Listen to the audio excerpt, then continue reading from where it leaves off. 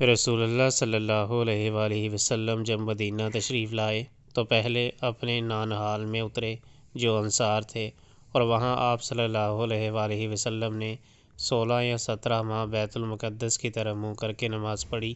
اور آپ صلی اللہ علیہ وآلہ وسلم کی خواہش تھی کہ آپ کا قبلہ بیت اللہ کی طرف ہو۔ جب بیت اللہ کی طرف نماز پڑھنے کا حکم ہو گیا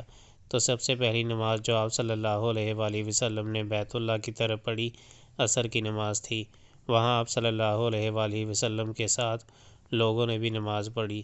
پھر آپ کے ساتھ نماز پڑھنے والوں میں سے ایک آدمی نکلا اور اس کا مسجد بنی حارثہ کی طرف گزر ہوا تو وہ لوگ رکوع میں تھے۔ وہ بولا کہ میں اللہ کی گواہی دیتا ہوں